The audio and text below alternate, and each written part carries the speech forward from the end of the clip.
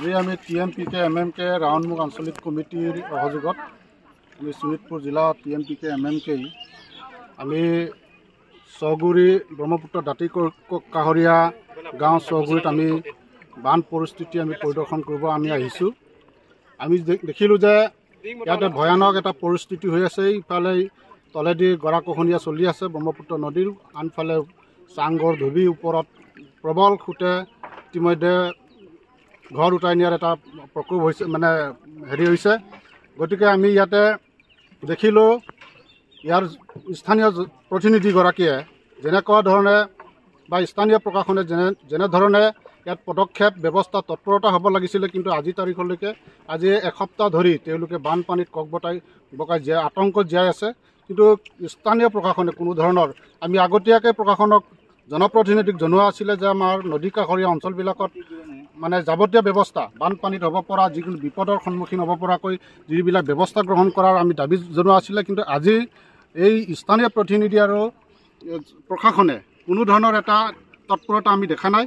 গতিকে আমি নিশ্চিতভাৱে আমি ভাবিছোঁ যে ইয়াতে বিশেষকৈ ইয়াৰ গহপুৰৰ জনপ্ৰতিনিধিগৰাকী বা প্ৰশাসন নিৰ্বিকাৰ। সেইকাৰণেই আমাৰ ইয়াতে সহজ সৰল জনজাতিসকলক, মিচিংসকলক তেওঁলোকে নিশ্চিতভাৱে তেওঁলোকে একো কৰিব নোৱাৰে। তেওঁলোক অকল ভোটৰ সময়ত তেওঁলোকক কিবা লালমোহন খুৱাই তেওঁলোকক ভোট আদায় কৰিব পাৰে, সেইটো তেনেকুৱা এইটো ধাৰণা কৰিছে। গতিকে নিশ্চিতভাৱে এইটো আমি বুজিব পাৰিছোঁ যে আমাৰ জনগোষ্ঠীটো এটা অৱহেলা কৰিছে। বিশেষকৈ আমাৰ এণ্টায়াৰ ৰাউণ্ডমুখ দক্ষিণৰ অংশ আপোনাৰ সুবনশ্ৰী, বৰতামুলী, ৰাৱণমুখ, লোহিতমুখ, বাকৰি দলনি মিচিং জনজাতি এই এলেকাটোত বিশেষকৈ ব্ৰহ্মপুত্ৰ নদীয়ে প্ৰতি বছৰে বানপানী গৰাখহাই ইতিমধ্যে সৰ্বাশান্ত কৰিছে, বানপানীত সৰ্বশান্ত হৈ আছে। ইয়াৰ কাৰণে আমি ইতিমধ্যে TMPK এটা বৈজ্ঞানিকসন্মত বানপানী গৰাখহনীয়া প্ৰতিৰোধৰ কাৰণে আমি দাবী জনোৱা আছে। 100 কোটি টকাৰ এটা মানে পেকেজ হয়তো বৈজ্ঞানিকসন্মতভাৱে তেওঁলোকে খহনীয়া ৰোধৰ আমি দাবী জনোৱা হৈছিলে, কিন্তু আজি পৰ্যন্তলৈকে গভৰ্ণমেণ্টৰ কোনো ধৰণৰ পদক্ষেপ লোৱা নাই। গতিকে নিশ্চিতভাৱে আমি ক'ম যে অসম চৰকাৰে উন্নয়নৰ ডাকডোল বজাই থকা সময়ত গহপুৰ সমষ্টিৰ নিচিনা এটা মানে সমষ্টিৰ প্ৰতিনিধিগৰাকীয়ে বা প্ৰশাসনে নিশ্চিতভাৱে ইয়াতে গহপুৰত আমাৰ জনজাতি অঞ্চল বিশেষকৈ নৈপৰীয়া ব্ৰহ্মপুত্ৰ নদী কাষৰীয়া অঞ্চলৰ মানুহৰ প্ৰতি তেওঁলোকৰ কোনো ধৰণৰ উন্নয়নৰ কথা বা নিৰাপত্তাৰ কথা তেওঁলোকে চিন্তা নকৰে।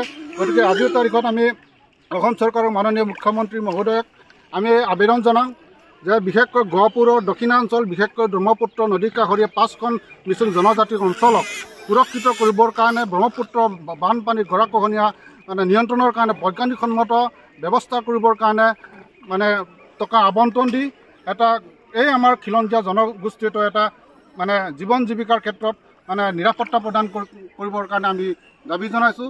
আপোনালোকে চাওক ইতিমধ্যে গৰাখহনীয়া 10 কিলোমিটাৰ 15 কিলোমিটাৰ ইতিমধ্যে গৰাখহাই নিলে। এতিয়া মানুহবিলাক অধিকাংশ মানুহ অগৰী জীৱন যাপন কৰি ইয়াৰ পৰা উঠি গৈছে। গতিকে এই পশুধন আৰু কৃষিধনৰ ওপৰত নিৰ্ভৰশীল জনগোষ্ঠীটো, অকল ধান খেতিৰ ওপৰত নিৰ্ভৰশীল জনগোষ্ঠীটো ইতিমধ্যে খেতি মাটি সৰ্বশান্ত হৈ গৈছে, গৰাখহাই শেষ কৰি দিছে। আৰু পশুধনৰ যি ব্যৱস্থা আছিলে ইতিমধ্যে চাপৰিবিলাক শেষ হৈ গৈছে। গতিকে চৰকাৰে অনতিবিলম্বে বিশেষভাৱে অনাগত সময়ত এটা উচিত ব্যৱস্থা গ্ৰহণ কৰাৰ আমি দাবী জনাইছোঁ। অন্যথা কিন্তু খিলঞ্জীয়াৰ চৰকাৰ বুলি ডাকডোল বজাই থকাটো সেইটো নিশ্চিতভাৱে এইটো মিছা হেৰিলৈকে প্ৰমাণিত হ'ব। গতিকে মই ইয়াৰ জৰিয়তে ৰাজ্য চৰকাৰ, অসম চৰকাৰৰ মাননীয় মুখ্যমন্ত্ৰী মহোদয়ক গহপুৰৰ দক্ষিণাঞ্চলৰ 5টা জনগোষ্ঠী 40,000 50,000 জনগোষ্ঠী থকা এই জনগোষ্ঠীটোৰ এলেকাক এটা সুৰক্ষিত কৰিবৰ কাৰণে আমি দাবী জনাওঁ। Thank U.